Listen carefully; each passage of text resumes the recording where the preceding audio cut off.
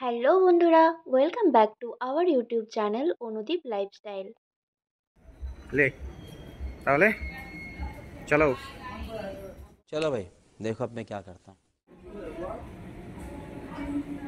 শূন্য খড়গপুর হাওড়া লোকাল যার ছাড়া সঠিক সময় পুরী থেকে 40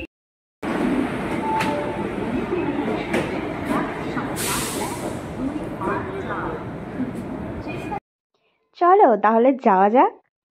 কোথায় যাচ্ছি জানার জন্য দেখতে থাকো।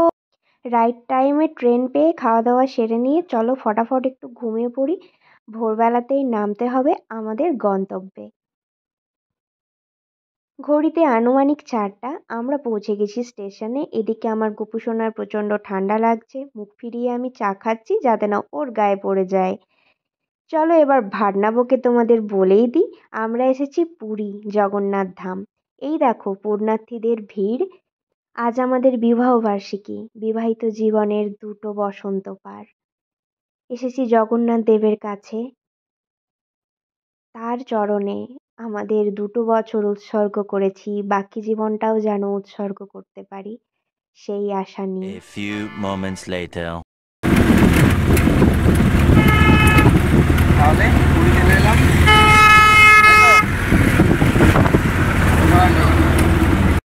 প্রথম বিবাহবার্ষিকীর মতোই দ্বিতীয় বিবাহবার্ষিকীতেও এই একই সারপ্রাইজ পেয়ে আমি তো খুশিতে অভিভূত।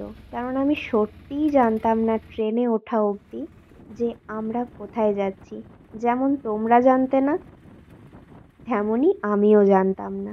সত্যি কথা বলতে কি, আমার কাছে পুরী ভীষণ ইমোশনের জায়গা। জগন্নাথ দেব আমাকে অনেক কিছু দিয়েছেন, অনেক অনেক কিছু, যেটা আমি বলে বোঝাতে পারবো না। ঘড়িতে ভোর 5টা 15, পৌঁছে গেছি স্বর্গদ্বারে, পুরীর স্বর্গদ্বার। তো আমরা বসে আছি, গোপু সোনাও বসে আছে, ও দেখছে সমুদ্র। ওই দাদা এখন আরএসই আছে জগন্নাথ এক্সপ্রেসে, টিকিট কেটে চলে আসা হলো। বসে থাকতে থাকতেই আমরা দেখলাম সূর্য উদয়। সূর্য উদয়ের টাইম ছিল 6টা 9 মিনিট। তো তারপর সূর্য উদয় দেখার পরেও আমরা বসেছিলাম, কেননা হোটেল বুকিং থাকলেও আমরা 7টার আগে তো এন্ট্রি নিতে পারবো না। যেহেতু যারা আছেন তাদেরকেও তো আমাকে বেরোতে দিতে হবে না। বর আনলো 2টো চা, কারণ প্রচণ্ড ঠান্ডা লাগছিল। আমার আবার অ্যালার্জির ধাত আছে, ওই ঠান্ডা হাওয়াতে আমার হ্যাচ্ছো হ্যাচ্ছো হচ্ছিল। তো চাটা খেয়ে নেওয়ার পর ওই দেখো, দেখতে পাচ্ছ সূর্য উদয় হচ্ছে। দেখো মুহূর্তের মধ্যেই সূর্য উঠে যাবে একদম সমুদ্র থেকে। মনে হচ্ছে যেন সমুদ্রই সূর্যকে শুতে জায়গা দিয়েছিল, মানে সমুদ্রের গভীরে সূর্য মামা শুয়েছিল। দেখো কি সুন্দর লাগছে না? চোখে তো আরো বেশি সুন্দর লেগেছে ক্যামেরার থেকে। তো এই আমাদের বিবাহবার্ষিকীর সকাল, যেই সকালে সূর্য দেবকে নমস্কার করে আমাদের দিন শুরু হলো। আর সাথে আছে গোপু সোনা। আর কি চাই? এভাবেই যেন কাটিয়ে দিতে পারি তোমার সাথে আমৃত্যু। বুঝলে প্রিয়তম? ওং জবাকুসুম শঙ্কাশং কাশ্যপেয়ং মহাদ্যুতিম ধান্তারিং সর্বপাপঘ্নং প্রণহতস্মি দিবাকরম। 1 ঘন্টা ওপরে বসে বসে উপভোগ করছিলাম সমুদ্রকে, আর পারলাম না। এবার নিচে নেমে এলাম, ওকে বললাম গোপু সোনাকে ধরে উপরেই বসতে। আর আমি চলে এলাম সি বিচে। দেখছি অসংখ্য পুণ্যার্থী ভিড় জমিয়েছে সমুদ্রে। তারা সবাই স্নান করে সূর্য প্রণাম সেরে সোজা জগন্নাথ দেবের কাছে চলে যাবে। আর আমি জগন্নাথ দেবের কাছে যাব একটু পরে, মানে হোটেলে প্রবেশ করে স্নান করে তারপর। গোপু সোনাও আসবে সমুদ্র স্নান করতে। যদি সম্ভব হয় তোমাদেরকে সেই দৃশ্য দেখাবো। আর যদি ফোন না নিয়ে আসতে পারি তো রাগ করো না। তোমরা দেখেই বুঝতে পারছো আমার অবস্থা খারাপ, নাক বন্ধ হয়ে গেছে, হাতে অমৃতাঞ্জন আছে, সেই দিয়েই আমি এখন কাজ চালিয়ে নিচ্ছি। ওই দেখো উপরে বসে আছে গোপু সোনা আর গোপু সোনার বাবা। আমি দূর থেকে ওদের দেখিয়ে দিলাম। হোটেল থেকে কল চলে এসেছে, ওনারা ডাকছেন যে আপনাদের রুম রেডি। তাই আমরাও যাচ্ছি হোটেলের উদ্দেশ্যে। আমরা হোটেল বুকিং করেছিলাম প্রায় সমুদ্র থেকে 300 মিটার মতো দূরে, আর জগন্নাথ মন্দির থেকে 700 মিটার দূরে। মোটামুটি দুটো জায়গাতেই আমরা পায়ে হেঁটেই যাতায়াত করতে পারছি। হোটেলে ঢুকেই আমরা খাওয়া দাওয়া করেই বেরিয়ে পড়বো সমুদ্রে। গোপুসোনা স্নান করবে আর গোপুসোনার বাবাও স্নান করবে, কিন্তু আমি হয়তো করব না। যদি ফোন নিয়ে যাই তোমাদের সাথে অবশ্যই শেয়ার করছি। Few moments later. সরি বন্ধুরা, তোমাদের সাথে শেয়ার করতে পারিনি, কেননা আমরা ফোন রেখে গিয়েছিলাম যেহেতু চার্জ কম ছিল। আমার স্নান হয়ে গেছে, আমরা তিনজনেই রেডি। এই দেখো আমাদের লুক, কেমন লাগছে আমাদের কমেন্টে জানাতে ভুলো না।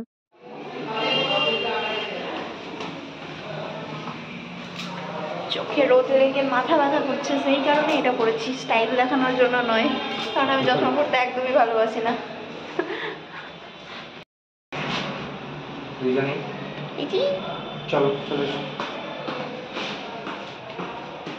আমার কৃষুর মুখের হাসি দেখেছো? স্বয়ং যাচ্ছে জগন্নাথ দেবের কাছে, মানে নিজেই নিজের সাথে দেখা করতে যাচ্ছে। রাস্তায় যেতে যেতে যতটুকু তোমাদের দেখাতে পারলাম ততটুকুই দেখাচ্ছি। ওই দেখো বসে আছে আরেকজন গপু সোনা। আমরা তিনজনেই বেরিয়ে পড়েছি, পায়ে হেঁটেই যাচ্ছি। তোমাদেরকে বলেছিলাম আমাদের হোটেল থেকে জগন্নাথ মন্দির মাত্র 700 মিটার। তাই পায়ে হেঁটেই আমরা দুটো জায়গাতেই যাতায়াত করতে পারবো, জগন্নাথ মন্দির এবং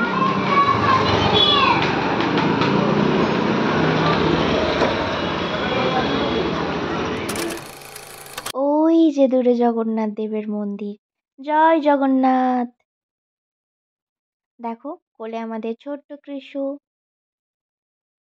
হয়তো তোমাদেরকে মন্দিরের ভেতরের কোনো কিছুই দৃশ্য দেখাতে পারবো না, কেননা ওখানে তো ক্যামেরা অ্যালাউ নেই, আমরা দেখাতে পারবো না। ফোন জমা দিয়ে দিতে হবে, ফোন এবং যার কাছে জুতো থাকবে জমা করে দিয়ে তারপর মন্দিরের ভেতরে প্রবেশ করতে হয়। যারা তোমরা জগন্নাথ মন্দিরে এসেছো তারা অনেকেই জানো। দেখো বন্ধুরা, ভগবান কিন্তু সবার, এমনটা নয় যে ভগবানকে টাকা দিয়ে কেনা যায়। ভগবানকে তো টাকা দিয়ে কেনা যায় না, ভগবান কেনার জিনিস নয়।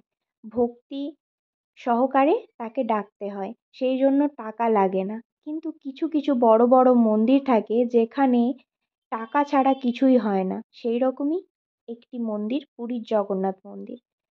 যদি তুমি নিজেকে বাঁচিয়ে ঢুকতে পারো তো খুবই ভালো, না হলে কিন্তু তোমার কাছ থেকে টাকা ছাড়িয়ে নেবে।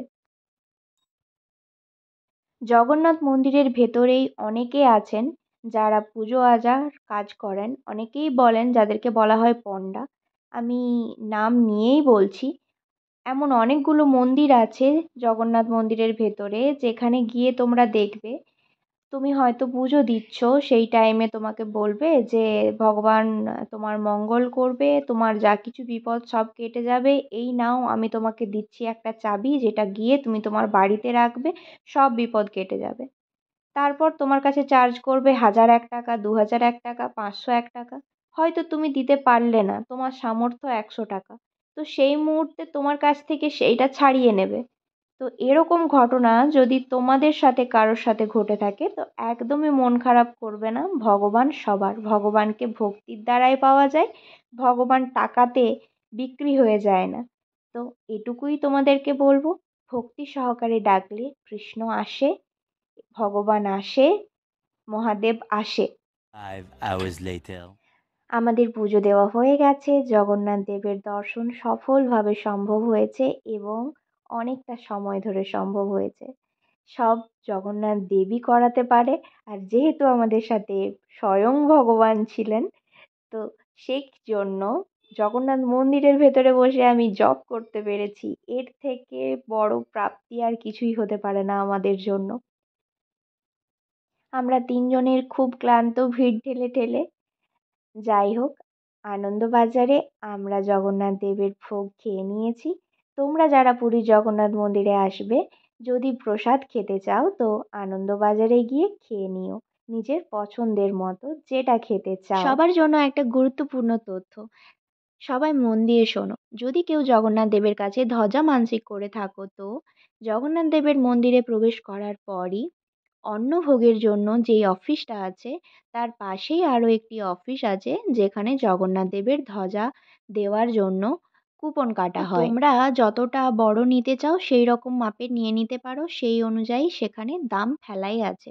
তো কুপন কাটার পর ধ্বজাটা কিনে নেওয়ার পর ওই অফিসে ওনারা আবার সেটা নিয়ে নেবেন। তোমরা যদি সকাল সকাল পৌঁছে অফিসে গিয়ে ধ্বজা নিয়ে নিতে পারো তো সেই দিনেই তোমার ধ্বজা উত্তোলন হয়ে যাবে। আর যদি একটু দেরি করে যাও তো অবশ্যই পরের দিন উত্তোলিত হবে। জগন্নাথ দেবের ধ্বজা উত্তোলনের সময় বিকেল 4:30। প্রতিদিন 4:30টার সময়ই জগন্নাথ দেবের মন্দিরে ধ্বজা উত্তোলিত হয়। তো আজকের ভিডিওটি এই পর্যন্ত। তোমরা সবাই ভালো থেকো, সুস্থ থেকো, জগন্নাথ দেব সবাইকে ভালো রাখুক, সবার মঙ্গল হোক এই কামনা করি। কমেন্টে জয় জগন্নাথ লিখে যেতে ভুলো না কিন্তু।